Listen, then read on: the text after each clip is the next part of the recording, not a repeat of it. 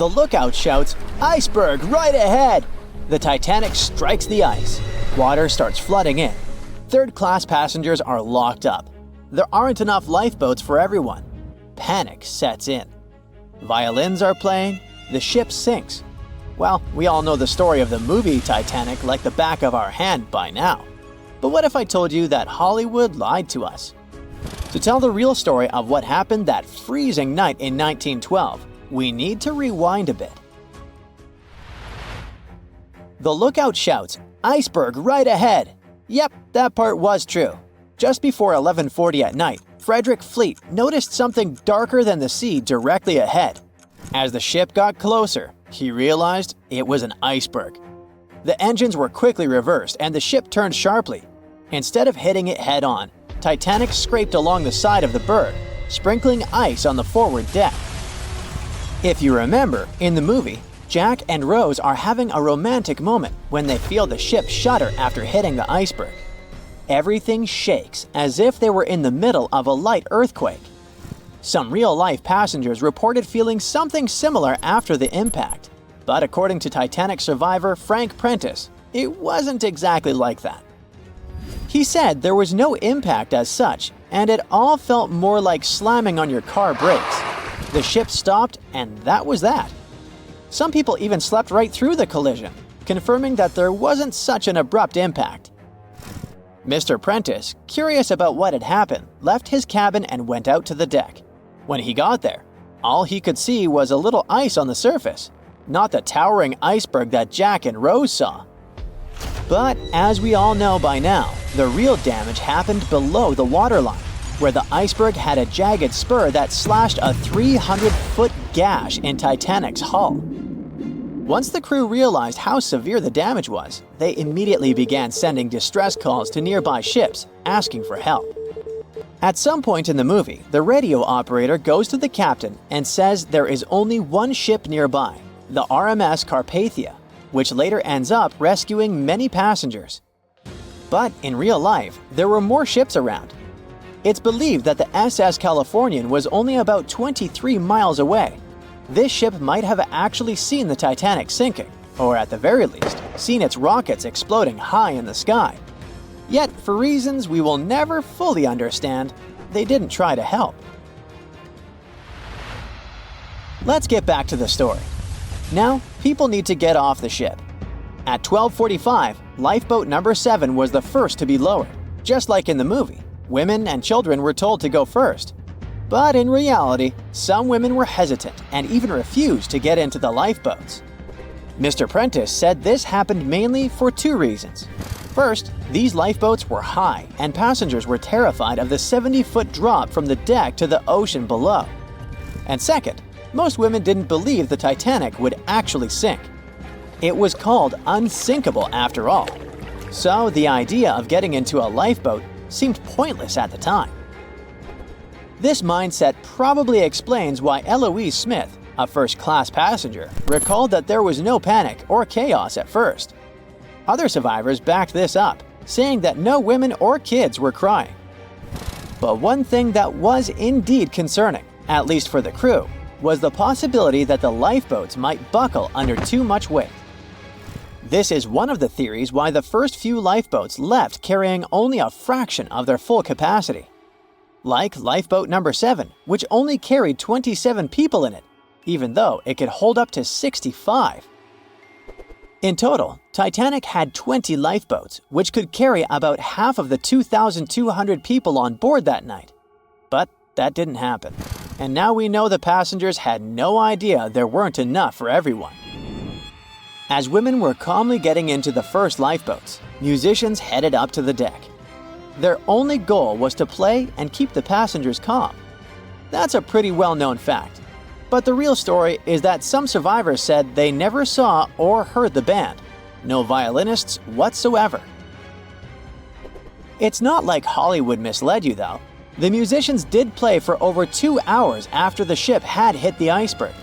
So maybe these passengers were just too panicked to notice the songs, or the musicians started playing later than we think. Now, it's time to talk about the terrible treatment that third-class passengers received. The movie portrayed the crew as cruel, locking the less fortunate below deck like animals, giving them no chance to reach the lifeboats and save their lives. But the official inquiry into the disaster suggested that wasn't true. I mean, yes, fewer third-class passengers survived compared to those in first and second class, but there were other factors at play. Many third-class passengers were reluctant to leave the ship, clinging to their belongings, and had a harder time making their way up from the cabins, which were at extreme ends of the ship. Some survivors confirmed that they were not locked up. In fact, it was quite the opposite.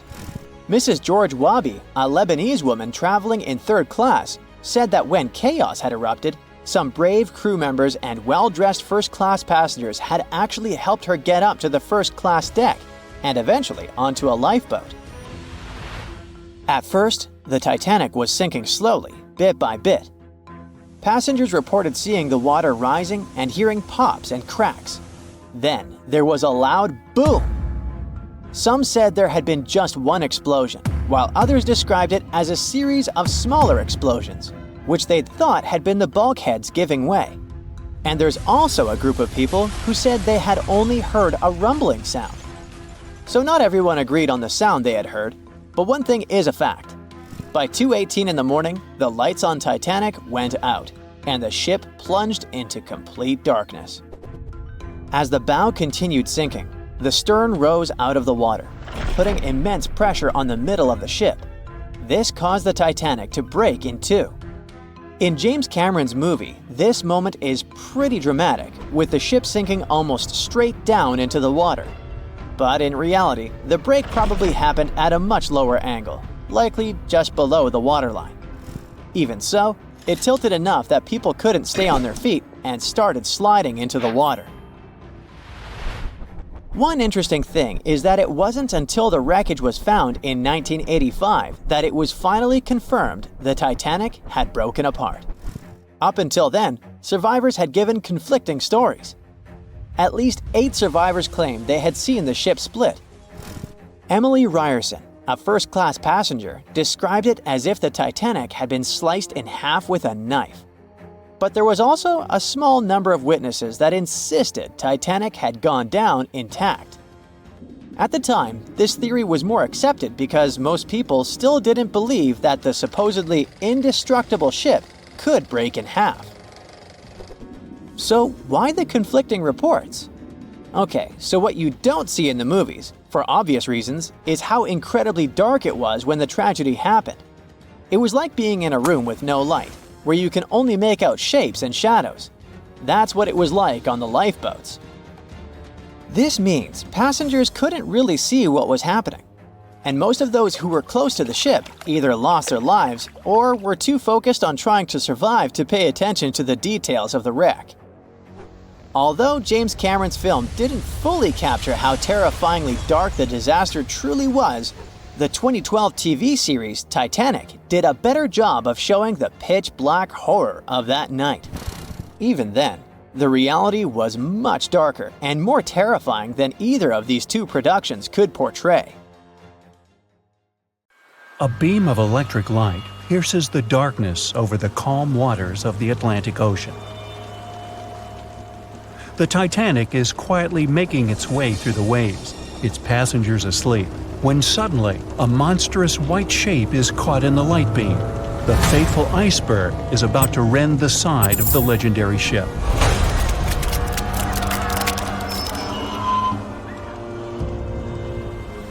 April 14, 1912, only 2 days before someone will take a photo of a giant iceberg with a pretty unusual elliptical shape. It turns out that this iceberg most likely formed out of snow that fell 100,000 years ago. Researchers used computer modeling to figure out its origin.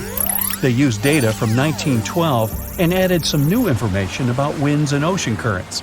They concluded that the iceberg was probably a part of a small cluster of glaciers in southwest Greenland. These days, it's possible to calculate the routes of such icebergs in any given year in the past.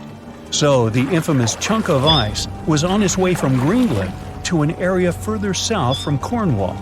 If the ship had passed through that region only 2 days later, the iceberg would have moved far away from the point where they met.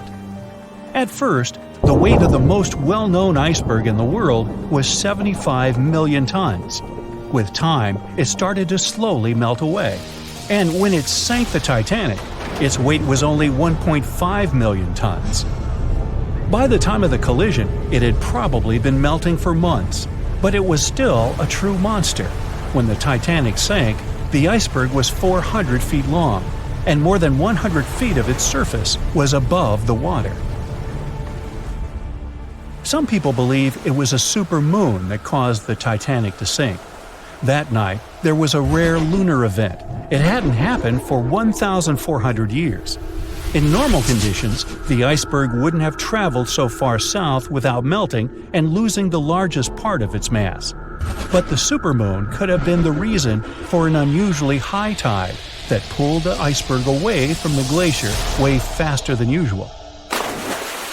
There's a specific type of bacteria that slowly consumes the remains of the Titanic. Salt corrosion, ocean currents, freezing temperatures, plus this rust-eating microorganism might consume the entire wreckage. American actress Dorothy Gibson was aboard the Titanic. She survived, and when she arrived in New York, she started filming a movie called Saved from the Titanic almost right away. The movie was released only a month after the Titanic sank, and in the movie, she even wore the same shoes and clothes she had during the actual disaster. The movie was a big success at that time, but the only known copy was destroyed in a fire. 14 years before the Titanic sank, a novella called Futility had been published, and it seemed to have predicted the whole event. The plot centered around a fictional ship called the Titan that sank during its voyage. The Titan was almost the same size as Titanic, and they both went to the bottom in April. The reason was hitting an iceberg, too. Both the real and fictional ships were described as unsinkable, and both of them had the legally required number of lifeboats, which, as it turned out later, were nowhere near enough. We've seen it in the movie, but there were some real-life love stories happening on the Titanic, too. 13 couples even took a trip on the Titanic as part of their honeymoon. One of the couples owned Macy's department store in New York. Once it became clear the Titanic was rapidly sinking, the woman refused to go into a lifeboat without her husband. But he didn't want to join her while there were still women and children who he thought had to go first. Then his wife gave her coat to her maid.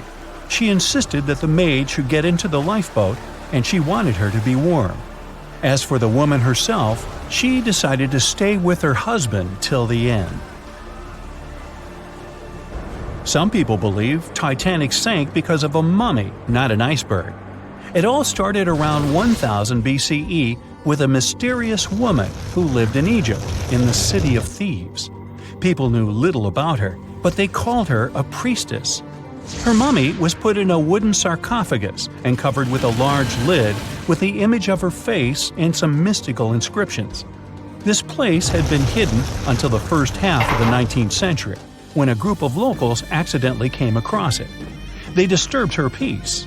No one knows how, but the mummy disappeared that day without a trace. A couple of decades later, a group of rich friends from England traveled to Egypt and found the empty mummy casket with the image of the priestess, whose dark eyes seemed to be looking into the void. They decided to buy it, but the buyer disappeared the same night before he even got the case. All members of the group had some accidents. The casket changed its location a couple of times until it, as some believe, ended up on the Titanic. It took more than 70 years for a robot submarine to find the ruins of this legendary ship. The wreck lies nearly 13,000 feet under the surface of the Atlantic Ocean, split into two halves. Why did the liner break apart? No one knows exactly. Some think it happened because of the water that got inside when the ship collided with the iceberg. The pressure was so powerful it separated two parts of the vessel, starting with the ship's bottom structure. Others say it was because of the hull rivets. They had a high concentration of slag or smelting residue, and that's something that can cause the metal to split apart. The ship generally had many flaws, starting with the design. The watertight bulkheads weren't completely sealed on top. This allowed the water to flow between the compartments and, in the end, sink the vessel. The iron of the ship's rivets and steel of the hull ended up ruined because of high sulfur content, cold temperatures, and high speeds. The steel shattered and the rivets popped out quite easily. Because of this, Titanic sank 24 times faster than it would have otherwise. If the ship had hit the iceberg head-on instead of ramming it with its side, it would have probably stayed afloat. How come the crew members didn't have binoculars? It would have surely helped them spot the iceberg on time and maybe even avoid the disaster. But the binoculars on the Titanic were locked in a storage cabinet. Only one crew member had the key, and he had been transferred off the ship right before it set sail. He later said he hadn't remembered to hand over the key. But even without the binoculars, the ship might have had some time to change course and avoid the collision if the crew had gotten some warning. But that's the thing, someone did warn them. About an hour before the incident, a ship that was relatively close to Titanic, the SS Californian, sent a message to inform them it had stopped because of dense ice field. But the warning never got to the Titanic's captain. Some experts say it was because the radio operator didn't think it was that urgent. And later, the SS Californian said they didn't get a call for help from the Titanic because their radio operator was off duty. Some say the crew on the Titanic couldn't spot the iceberg on time because of an optical illusion. Atmospheric conditions that night probably caused super refraction, which could have camouflaged the berg. After all, no one actually saw the iceberg until it was too close to the ship to somehow avoid the crash. Not even a whole minute passed between the moment they saw the iceberg and the collision. It was only 37 seconds, and it took Titanic 2 hours and 40 minutes to disappear below the ocean's waves.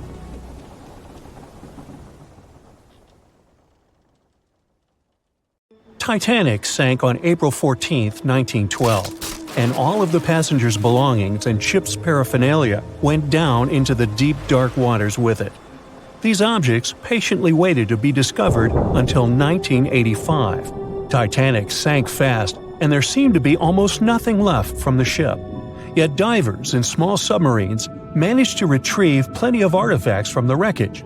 If you wonder what those surprising items look like, hey, join me. A number of museums have collections of Titanic items rescued by divers or donated by survivors and their relatives. And some of those items are even sold at auction. So if you're ready to spend a pretty penny on an exclusive artifact, hey, why not? The first artifact on my list is a pocket watch belonging to a Titanic passenger, John Chapman. John and his wife Elizabeth were on their honeymoon. When the ship hit the iceberg, Elizabeth was offered a seat on a lifeboat next to her friend Emily Richards. There was a problem, though. Mr. Chapman couldn't enter the lifeboat. Elizabeth turned to her friend Emily and said, "Farewell. If John can't go, I won't go either." Now, that's what I call true love. After a short time, the ship went under. If we step back and return to Chapman's pocket watch, we'll notice one more heartbreaking detail. Experts believe the watch stopped around the time the ship finally submerged. Do you remember the iconic scene in the Titanic movie where the ship's band continued to play while the ship was sinking? The violin, played by the real musician, was sold in an auction for $1.7 million in 2013. They say the band played "Nearer My God to Thee" as the ocean liner sank. Since we started talking about the band, we might as well shed light on a piece of music found on the ship. It was the song "Put Your Arms Around Me, Honey." Considering the fact that paper gets ruined almost instantly when it meets with water, it's a miracle to see those documents. Another saved paper document is the lunch menu. The first-class passengers wore their beautiful dresses and enjoyed their meals without knowing that it was their last lunch. This unique item was auctioned for $122,000. Meals were offered based on class. For instance, a first-class passenger would eat roasted turkey with cranberry sauce, spring lamb, or baked haddock. In comparison, a third-class lunch consists of stuff like rice soup, fresh bread, roast beef, and brown gravy. There were also cabin biscuits, which the passengers would eat to diminish seasickness. It wasn't just the menu. A VIP ticket was also retrieved. The ticket number is still readable, 1342. Number 5 is Edwardian perfume samples. A chemist named Adolf Saalfeld stepped onto the Titanic with various perfume bottle samples. Why did he bring these samples with him? Well, Saalfeld planned to open a fragrance store in America. 61 vials of perfume sank with the ship. Luckily, their owner managed to survive and get there safely, but his samples sank and were only rediscovered some time ago by the divers. When we accidentally drop a plate, it usually shatters into pieces. Now, there's a question. Do you think an unbroken plate can be recovered from Titanic? The answer is yes. Original White Star tableware is proof. Apparently, each class of passengers didn't just get different meals, but was also served with different types of plates. The retrieved plates have a green and brown floral motif. The edges have a gold rim, and there's a logo in the center. By the way, they're sold at auction, and you can find them online. Let's carry on with touching personal stories. The love story of Rose and Jack that we see in the movie is fictional, but the ship surely witnessed many romantic tales. Here's a love letter to prove this. The messages tell us a story about how life was on the ship during the last few days. It was written by Kate Buss on April 10th. She mentioned how seasick she felt and other things, such as she was supposed to go to dinner in a half an hour. This letter wasn't the only letter divers took to the surface. For example, there's the letter Esther Hart wrote to her little daughter Ava. It was sold at auction for £119,000. This letter is probably the last letter written on board, since it was completed only 8 hours before the tragedy. The letter is not that damaged because it was in the pocket of Esther's husband's coat. Another letter we can mention is Dr. John Simpson's letter. Those words were the last words that he wrote to his mother. Let me introduce you to Edith Rosenbaum. She was on the ship with her lucky toy pig. Edith had been severely injured in an accident before she sailed on the big ship. The toy was a present from her mother as moral support for her recuperation process. It was actually a music box in the shape of a pig. Edith used it to calm frightened young people in the same lifeboat. The next item on the list is the scout whistle of Lillian Winifred Bentham. She was a second-class passenger. On that terrible night, Lillian was in her stateroom. She didn't believe that the Titanic could sink. After all, it was the unsinkable ship. Her friend came to her and convinced her to hop into a lifeboat. Only then did she realize how serious the situation was. Moments later, she saw the ship break into two parts. As the lifeboat floated into the night, Lillian saw a crewman who was also rescued. Without a second thought, she wrapped the man with her fur coat. It was freezing, so she probably saved the man's life by doing that. The young man wanted to thank her for her kindness, so he gave Lillian a scout whistle. It was the whistle he used throughout the night to call for help. This pair of white gloves is one of the rarest artifacts recovered from Titanic. These cotton gloves belong to a gentleman. The owner's identity is unknown. Fabric can't last underwater for decades, but these gloves look fine, and you can still see the fine detailing and elegance. An alarm bell has also been found. Yes, that's the famous bell, the one that rang to warn people about the iceberg. Frederick Fleet and Reginald Lee were on lookout duty the night of the accident. Both of them survived. Fleet was the one who saw the iceberg before the ship struck it. What's ironic is that Fleet and Lee didn't have access to binoculars. They were stored in a locker in the crow's nest, but the key to the locker was in the pocket of a crew member who was reassigned to another ship at the last minute and didn't leave the key. They could have seen the iceberg sooner if they had had pairs of binoculars. If they had had it, the Titanic could have gotten out of the way. Divers discovered not just belongings of passengers or the crew, but also pieces belonging to the ship itself. Our next artifact is the Grand Staircase. Some parts of this iconic structure are recovered from the wreck. Turns out that this staircase became a meeting spot among first-class passengers. If they wanted to visit the Turkish baths for a spa day or eat dinner, they met at the staircase and went together. This staircase was a sign of how luxurious some parts of Titanic were. Another miraculously saved object that belongs to the ship is its plan. It was one of the most expensive artifacts sold at auction. The plan is around 30 feet wide. What else? The logometer was also discovered. It's a device used to check the sailing speed of the ship and the distance it covers. The experts say that from the start at noon on April 14th, the device logged 268 nautical miles. And there's more. A giant chunk of hull, known as the Big Piece, was also found. This fellow weighs 15 tons. The larger portholes were for the cabins, and the smaller ones were for the restrooms. This piece was found in 1994, but it was in 1998 when it was successfully taken out. After all these years spent underwater, it was swarming with sea life. Still surprisingly, the portholes still had glass. Now, let's assume you were a diver and you could only take out one of these objects. Which one would you pick? It was September 12, 1990. In those times, way before instant messaging and Zoom calls, a little girl was looking for pen pals. Zoe was aboard a ship from England to Belgium on vacation with her parents. She was only 10 years old at the time, but was a very clever schoolgirl. She took a piece of paper and started putting some words together. She introduced herself, then wrote about how she liked ballet and playing the flute and the piano. Of course, she couldn't help but mention her two adored pets, a little hamster she called Sparkle and her fish Speckle. She also put down the address at which she could be reached in case someone was interested in writing back to her. But alas, she was at sea. Who could she send this message to? An interesting idea came to her mind. She carefully placed her letter in a plastic bottle, tightly closed the lid to protect it from the water, and threw it into the sea. The little girl's excitement faded away over the years as she didn't receive a response. Maybe the bottle got stuck somewhere. Maybe it was swallowed by some big, scary sea creature. Or maybe the water actually poked through the plastic cap and destroyed her message. Many years later, on Christmas, a letter for Zoe was received at her parents' house under her maiden name. The postage signaled that the message was from Europe. It was from a Dutch couple, Piet and Jacqueline Leteau, who had found her delicate bottle and were very considerate to write back.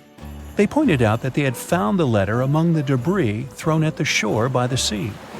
Zoe's letter had been stranded for a staggering 23 years at sea and traveled for more than 350 miles to reach its final destination near Rotterdam in the Netherlands. That's quite a voyage for a small plastic bottle. A story similar to that of Zoe is the strange connection between two little boys.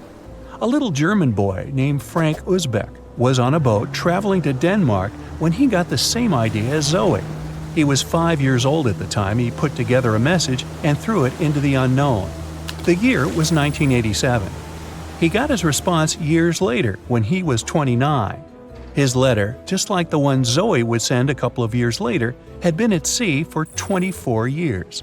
His message was found by a boy named Daniel Korotkin while he was on a walk with his parents on the Koronian Spit near the Baltic Sea. Daniel was lucky that his father knew enough German to translate the message. The unlikely friends eventually met via video call in 2011. Not all message-in-a-bottle stories have been explained away. In 2013, a Croatian surfer came across a damaged bottle while near the Adriatic Sea. The message it contained dated back to 1985, and it was from a man named Jonathan. The sender was eager for his letter to reach a woman named Mary, and he also expressed his keenness for her to respond. Since the letter was supposedly sent from Nova Scotia, the bottle had to have traveled a mind-boggling 3,700 miles. The message went from the Atlantic Ocean, entered the Mediterranean Sea, and reached the Adriatic shores in Croatia. The identities of neither John nor Mary were ever discovered. There are also messages in a bottle with wonderful love stories to share. This was the case for Ake and Paulina Viking. When Ake, a lonely Swedish sailor, placed a letter in a bottle and threw it in the Mediterranean Sea, he had no idea the piece of paper would eventually reach his future wife. This was in the early 1950s. The bottle was found by an Italian man who was inspired enough to give it to his niece, Paulina. After a year of back-and-forth letters being exchanged, Ake and Paulina eventually met and got married. Having decided to share their story with the world, they became somewhat of a celebrity couple for the time. They even shared video footage of their wedding with the world, and their story was featured in a bunch of newspapers. This fortunate event started a movement between young people looking for love, increasing the number of messages being thrown out at sea in search of a fairy tale ending. Not all the stories that started out like this eventually worked out, though.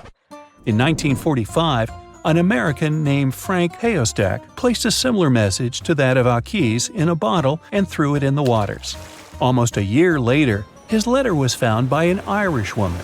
Her name was Brenda O'Sullivan. Their years of correspondence soon caught the attention of the media at the time, but their friendship never flourished because of the added pressure. They eventually met in person when Frank traveled to Ireland, but he didn't stay for long, and they eventually got out of touch with each other. After Titanic met its strange ending, many bottles containing secret messages started to surface. Almost all of them proved to be counterfeited, apart from one letter. Years after Titanic had sunk in the icy Atlantic waters, a bottle was found on the Irish shores. It was supposedly from a man named Jeremiah Burke, and to this day, it is considered to be the only genuine message in a bottle originating from Titanic. The piece of paper simply stated the sender's name and the location, the Titanic, accompanied by the word goodbye. Since the date has washed away, it's difficult to estimate whether the note was sent before or after the ship had hit the iceberg. The common understanding is, however, that since Jeremiah was looking to relocate to the U.S., he was merely sending his last symbolic regards to his family and friends back in Ireland. This simple way of meeting and sometimes corresponding with people has turned into a hobby for a man from a Canadian province named Prince Edward Island, located east of the U.S. state of Maine. This man, Harold Hackett, claims to have sent over 4,000 bottles into the Atlantic Ocean since 1996. He also claims to have received many responses from all over the world, including letters from people in Europe, like France and Germany, but also from the Bahamas or even Africa. This unlikely pastime earns him about 150 Christmas cards from his pen pals each year. To this day, he refuses to add his phone number to any of his letters. This way, he ensures that if people ever want to contact him, the only means of doing so is via a written letter. He's also studied the best times to send the messages in the water based on the direction of the winds and the currents. Now, some bottles spend a whole lifetime at sea after being cast away by their sender. It was the case for a British man that wrote a message and placed it into a bottle before throwing it in the English Channel in 1914. His name was Thomas Hughes, and he wanted to direct the message to his wife, but was polite enough to write a letter to whoever got their hands on the bottle first, asking them to redirect the piece of paper accordingly. The bottle didn't reach his wife, since it was found 85 years later on the Essex coast.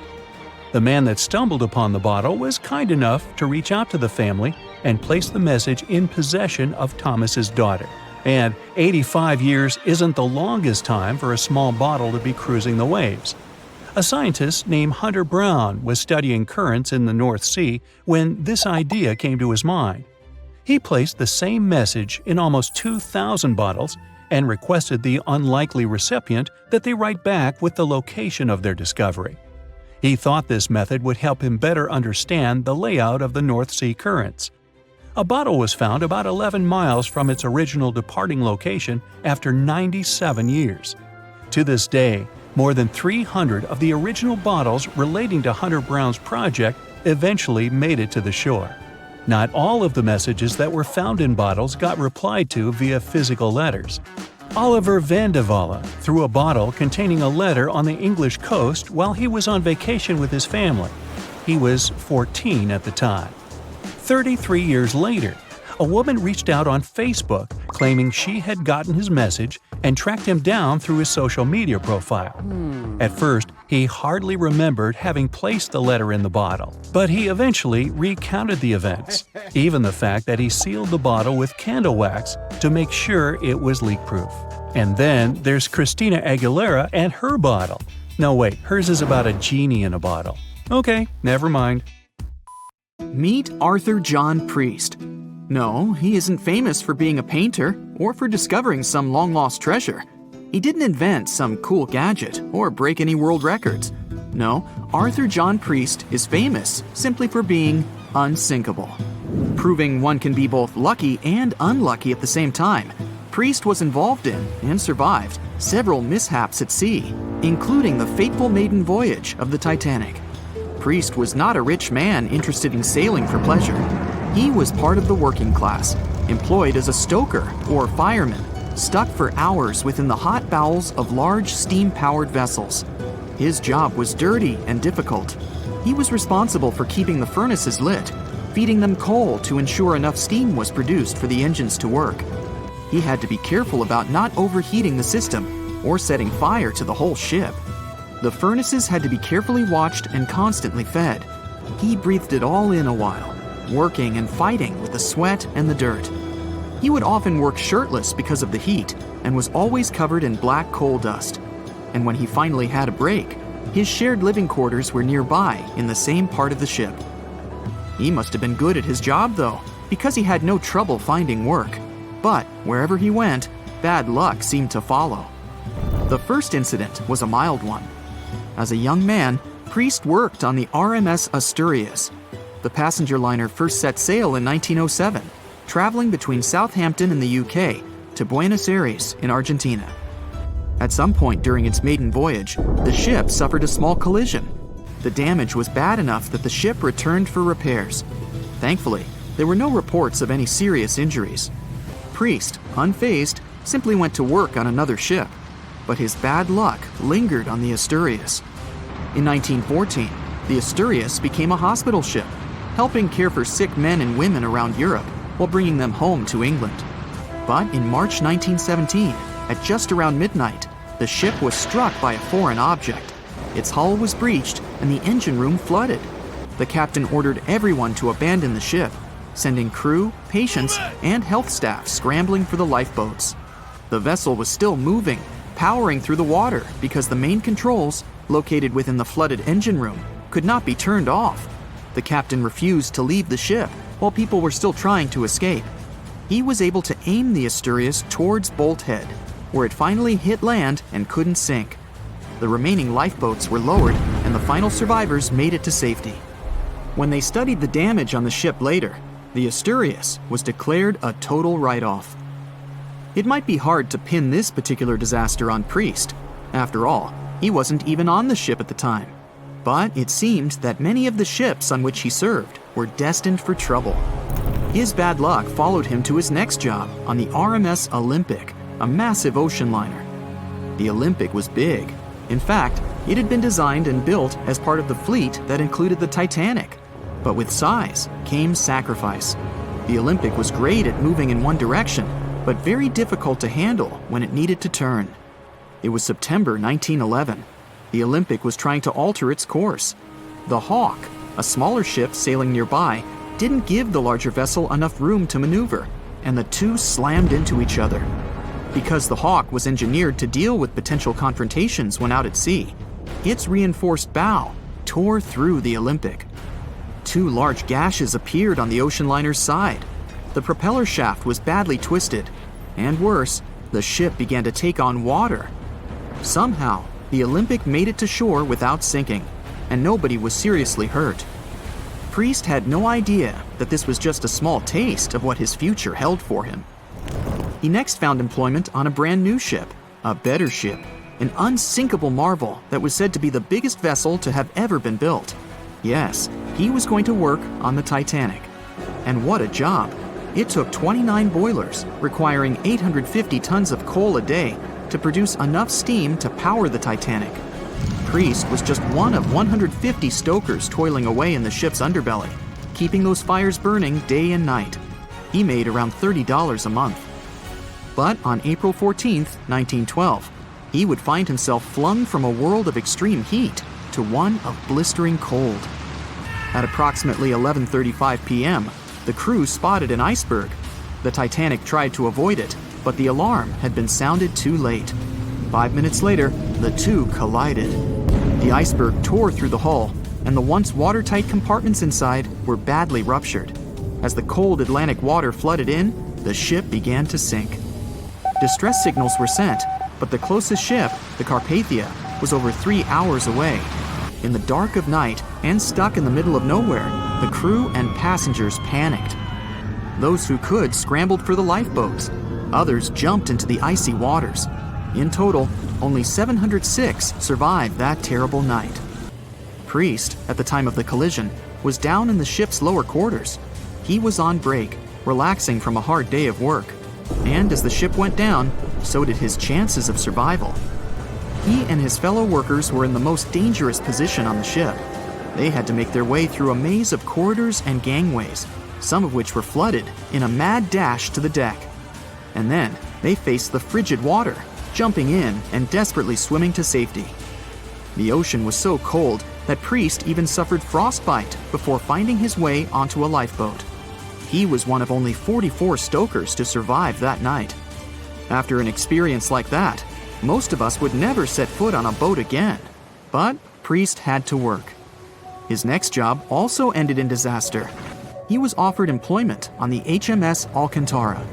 It went down in 1916, and Priest was again one of the few to make it to safety. He was badly wounded in the process. But he kept pressing his luck, and his next job as a stoker may have felt eerily familiar. He would be working on a ship built by the same people behind both the Olympic and the Titanic.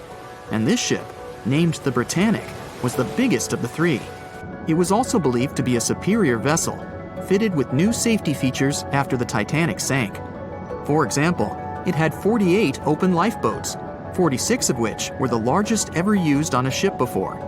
2 of these were even motorized and equipped with special communication devices. The good news? The Britannic survived its first trip without incident. It was already doing better than the Titanic ever did. However, on November 21st, 1916, the Britannic was shaken by a loud explosion while traveling through the key channel in the Aegean Sea. The hull was damaged, and some of the compartments began to fill with water. But, unlike the Titanic, the Britannic had been designed for just such an emergency. It had been fitted with 5 watertight bulkheads. Intact, these would help keep the ship safe and floating for a much longer period of time. But there was one issue. Portholes along the lower decks had foolishly been left open. As the ship tilted, the portholes let in water, which flooded the Britannic and hastened its descent into the sea.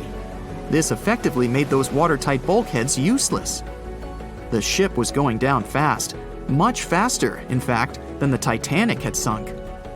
35 of the lifeboats were successfully launched, saving most on board. Of the 1,066 passengers and crew, 1,036 survived. Priest, his luck intact, was one of them. And yet, he still wasn't done with a life at sea. He accepted a position as a stoker on the Donegal. It was a smaller passenger ferry that had been converted for use as a hospital boat. In April 1917, it was struck by a foreign object while fleeing an unsafe situation, and though he suffered from a head injury, Priest was again one of the survivors.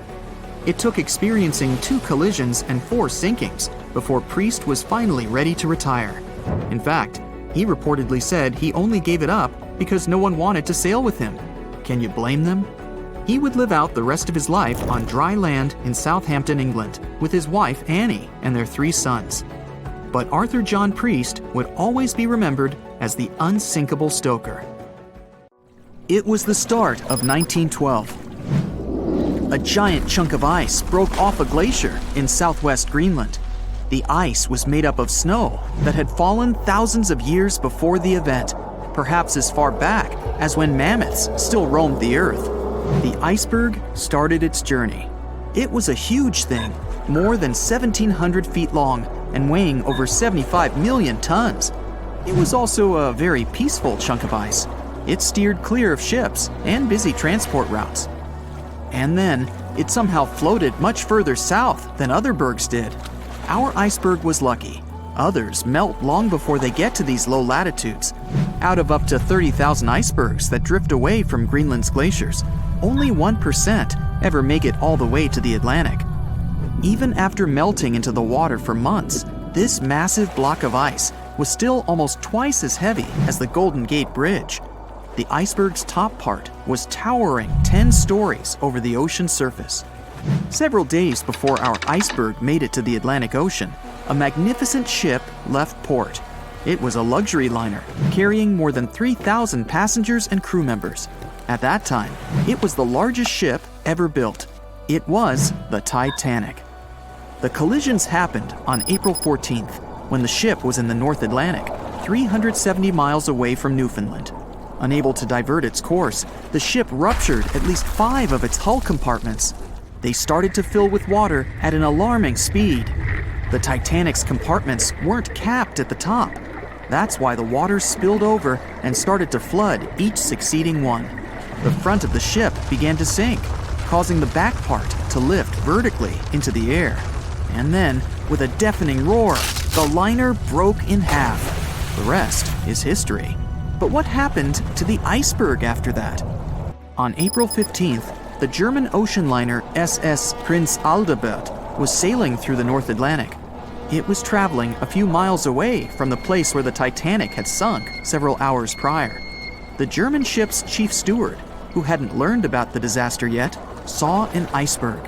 What drew his attention was a large streak of red paint going along the iceberg's base.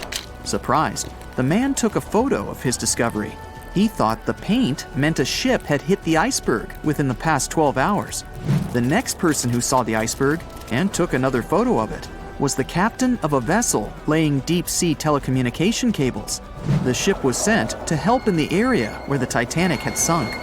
The captain later claimed the iceberg he'd seen had been the only one in that area, plus the red paint. It wasn't difficult to connect the dots. In 2015, one of these photos sold at auction for over $32,000. And still, experts are unsure whether the image really shows the infamous block of ice. It might be a simple iceberg that had been floating nearby at that time. The great unsinkable ship was gone, sunken to the bottom of the North Atlantic, where it remains to this day. But the iceberg continued on its way, perplexing a few witnesses and slowly melting into the surrounding water. It would vanish completely before the end of the year.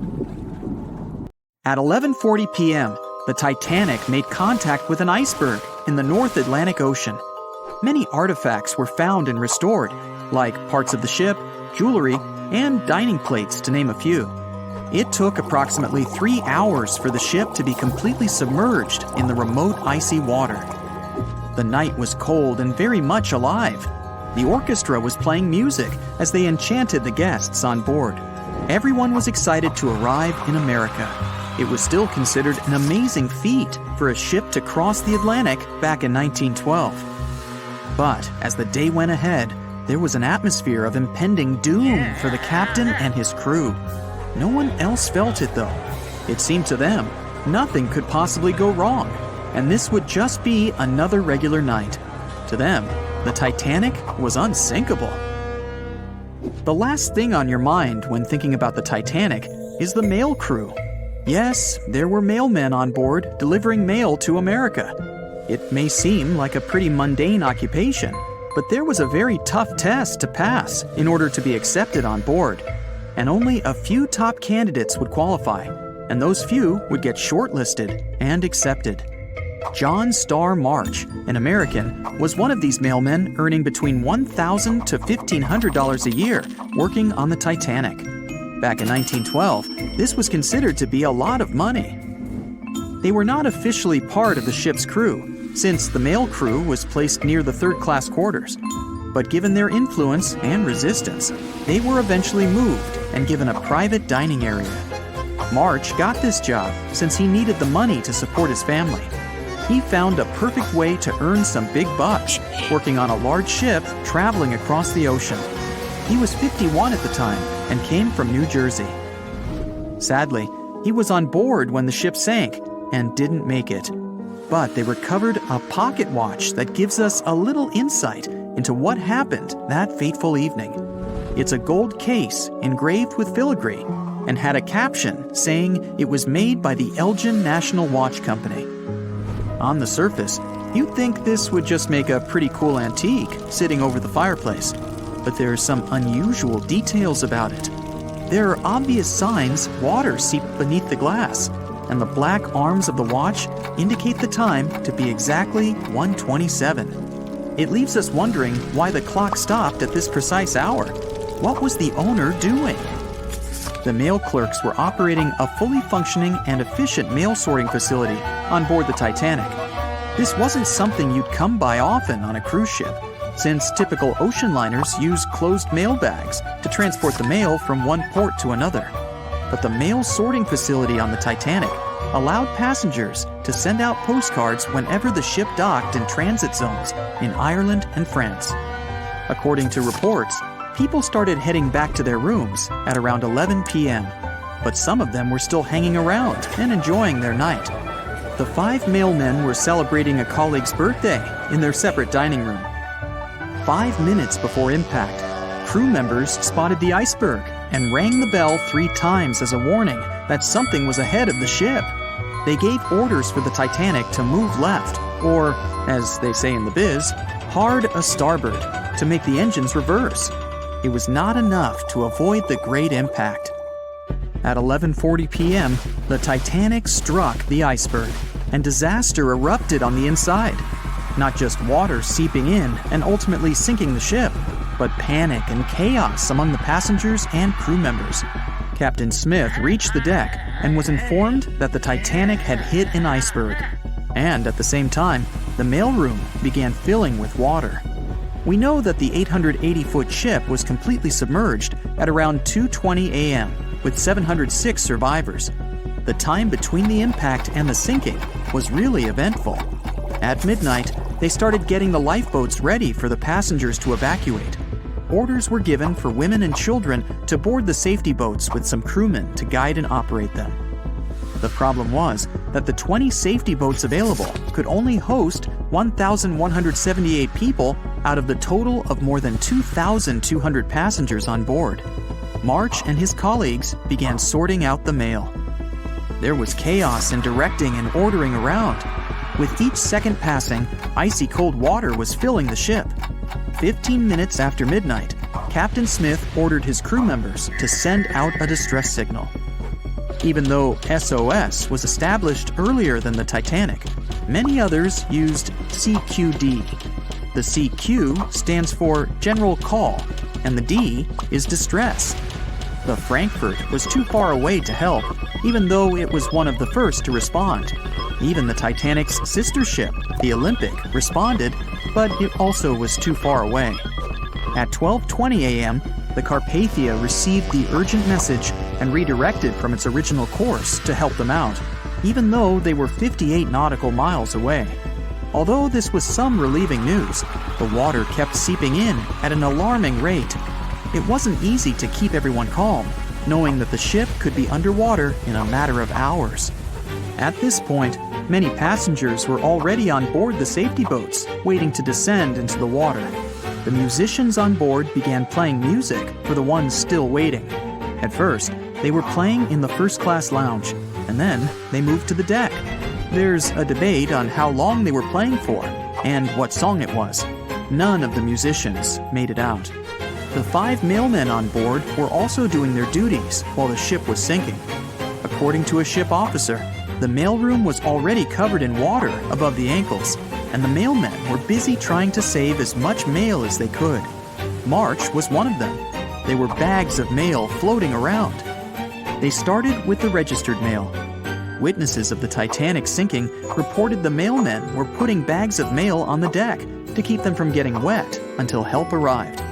They also mentioned bags of mail were floating about in the freezing water. It wasn't until 12:45 a.m. when lifeboat number 7 on the left side of the ship was lowered onto the water. Even though it had room for roughly 65 people, only 27 people were inside. Many of the safety boats carried fewer passengers than their maximum capacity allowed. the crew were worried that the boats would capsize if so many people were on them. Some reports suggest that some people even refused to board the safety ships, sticking with the claim that the Titanic was unsinkable. At the same time, they fired up one of the 8 distress rockets in the air, but it didn't get them any help. At 12:55 a.m., the second and third safety boats were descended to the waters with 2 male passengers jumping on board. 5 minutes later, another safety boat was lowered with around 39 people. At this point, water entered the base of the grand staircase. In the next 20 minutes, more safety boats were lowered, most of them underloaded. Still no help. The Carpathia was still on the way. Panic was growing, and tensions were rising. There was a lot of anger for people being left behind. At around 1:30 a.m., things were getting out of control. The organized boarding of passengers to the safety boats stopped. March's watch stopped 3 minutes earlier, which could mean he was part of the scuffle between crew members and passengers. It took 3 hours for the Carpathia to arrive. March wasn't among the survivors. His watch proved to be one of the essential findings lost in the wreckage of the Titanic. It was eventually returned to March's 2 daughters, and now it's in one of the collections of the National Postal Museum. March was a man who did what he had to do in the worst circumstances. Time was a precious commodity for the people on board the ship, and this watch proved valuable to learn more about the tragic yet inspiring stories of the Titanic. It seems like we all cried watching the heartbreaking goodbye of Jack and Rose from the Titanic. Oops, spoiler, sorry. But the real-life stories from the sinking of the famous ship were no less touching. Joseph LaRoche was born in 1886 in Haiti to a wealthy family. He was growing up without a dad, but his mother was a self-made woman and a respected merchant. His uncle was the head of his country. Joseph was fluent in French, Creole, and English. At the age of 15, Joseph realized he wanted to become an engineer. There were no engineering schools in Haiti, so he moved to France to get his education. The journey took him a whopping 83 days. Still, in his student years, Joseph met Juliet in a suburb of Paris through a mentor. They soon became friends, and then it grew into something bigger. The couple decided to get married. There was only one problem. Joseph couldn't find a well-paid qualified job even after completing his studies because of racial discrimination. The intelligent young man realized he could do better. Plus, he needed to provide for his growing family. His 3rd kid was on the way. His uncle back in Haiti promised he'd help Joseph secure a job as a mathematics professor. His mother was overjoyed that her son and his family would be living in Haiti. She bought them first-class tickets for the French liner La France as a reunion gift. But that liner had really weird rules separating parents from their offspring for meals. The LaRoches didn't want to leave their youngsters and make them feel sad on a trip across the ocean. So they decided to trade their first-class tickets for La France for second-class tickets for RMS Titanic's maiden voyage. The Titanic was all the hype, and it didn't separate families, so it looked like a great deal. They planned to change for another ship in New York that would take them straight to their final destination in Haiti. The family boarded the Titanic on April 10, 1912, at Cherbourg. They had 3 days to enjoy the luxurious staterooms, a dining salon, a library, and 3 outdoor promenade decks available to second-class passengers. Juliet sent a letter to her father from Titanic's final stop in Queenston, Ireland. She told him they were more than happy with the accommodation. They had 2 bunks in their cabin and a couch that converted into a bed for their youngest family members. The family made friends with some nice co-passengers with whom they had traveled together from Paris.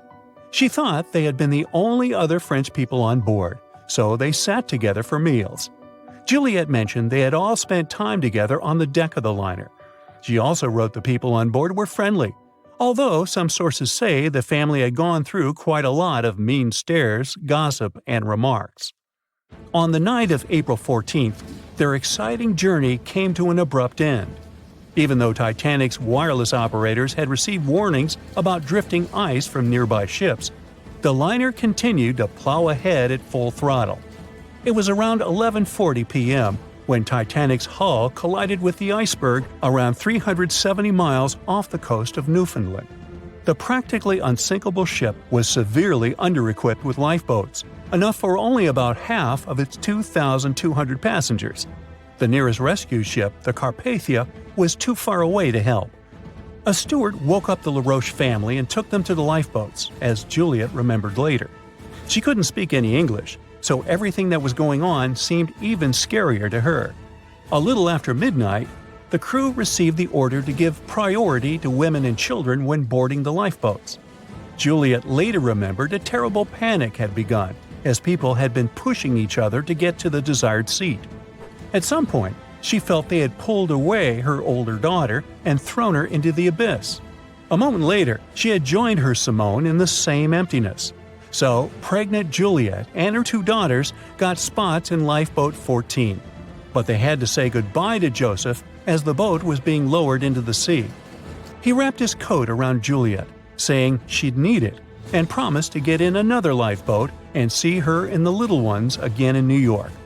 The 25-year-old Joseph LaRoche didn't manage to stay true to his word. In a couple of hours, Titanic sank underwater, taking the lives of almost 1,500 people. Joseph was one of them. Juliet and the girls were among the 700 survivors who had been rescued by the Cunard liner Carpathia several hours later. Once they reached New York, they were looking through the crowds of people, hoping to see Joseph again. When it became obvious they wouldn't find him, it was time for them to decide what to do and where to go. Without any knowledge of English or money that had gone down with the ship, Juliet managed to survive in America only for 3 weeks, and then had no other choice but to go back to France. Joseph's uncle was no longer able to help them, as others had taken his life 4 months after the Titanic tragedy. In December 1912, Juliet gave birth to a son who she named Joseph after his father. For the rest of her life, she couldn't get over the loss of her beloved husband. That's why she didn't like to speak about what had happened on Titanic and told her children not to mention it. In 1995, a member of the Titanic Historical Society interviewed Louise, who was the last remaining LaRoche child and the last French survivor of the sinking. And that's when the world first heard about this heartbreaking story. It inspired some plays and articles, but it never got the same attention as the story of other passengers. You probably remember the elderly couple going down together in their bed on the Titanic. It was inspired by Isidor and Ida Strauss. They were both born in Germany and emigrated to the United States as kids. They met in New York and got married 5 years later. Isidor started a china and porcelain business with his brother that grew into the glassware department at Macy's and turned them into multimillionaires. Isidor and Ida were well known in New York, not only for their wealth and charity, but also for their love and devotion to each other. In 1912, the couple decided to run away from the New York winters and headed for Europe. By that time, they'd already been married for 40 years. In early April, it was time for them to sail back home to New York. They normally traveled on huge German liners, but at that time, they couldn't resist the hype of everyone talking about that new luxury liner, the RMS Titanic. That's how they ended up in one of the first-class private suites at the top of the ship. The Strauss couple spent their evenings dining in front of a live orchestra in a hall filled with fancy furniture and expensive wooden paneling. On the night of April 14th, they felt a slight tremor and then left their private suite and waited for instructions from the crew. They told the passengers not to lose their passes, as they'd need them when everyone got back on board. But the ship was going under. The Strauss couple were standing next to Lifeboat 8. Mr. Strauss, who was 67 at the time, was offered a seat with his wife because of his age. He refused it, saying he was not too old to sacrifice himself for a woman. He wanted to wait and make sure no women and kids were left behind. Ellen Bird, Ida's maid, hesitated before getting on the lifeboat, but Ida told her to go. She took the easy decision not to leave her husband on the sinking ship. Ida took off her beautiful mink coat and handed it to her shivering maid, saying she wouldn't be needing it anymore. Isidor didn't manage to convince her to save herself, so they stayed together till the end. Some of the surviving first-class passengers later remembered they had seen the couple standing peacefully on the deck, holding hands, just waiting. Just wait.